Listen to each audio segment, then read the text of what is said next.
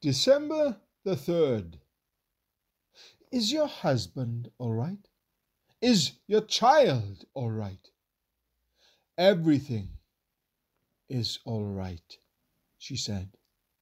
2 Kings chapter 4 verse 26. Be strong, my soul. Your loved ones go within the veil. God's yours, e'en so. Be strong. Be strong, my soul. Death looms in view. Lo, hear your God. He'll bear you through. Be strong.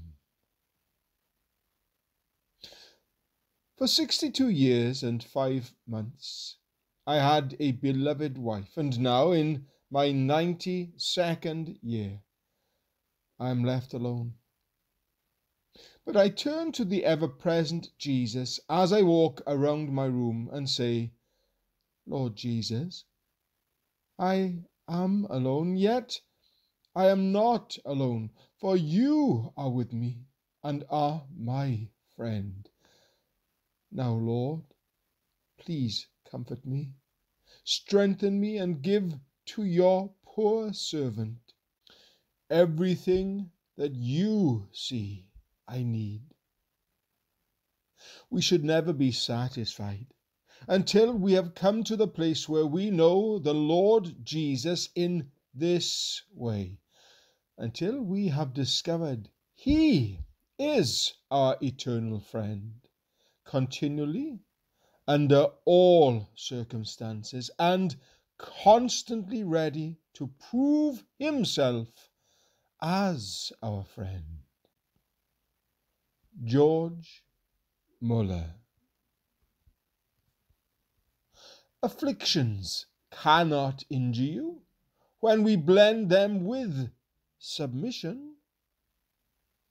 Ice on trees will bend many a branch to the point of breaking. Similarly, I see a great many people bowed down and crushed by their afflictions. Yet every now and then I meet someone who sings in affliction, and then I thank God for my own circumstance as well as his. There is never a song more beautiful than that which is sung in the night. You may remember the story of a woman who, when her only child died, looked toward heaven as with the face of an angel and said, I give you joy, my sweet child. That solitary, simple sentence has stayed with me for many years, often energizing and comforting me. Henry Ward Beecher. E'en for the dead I will not bind my soul to grief. Death cannot long divide. For is it not as though the rose that climbed my garden wall has blossomed on the other side?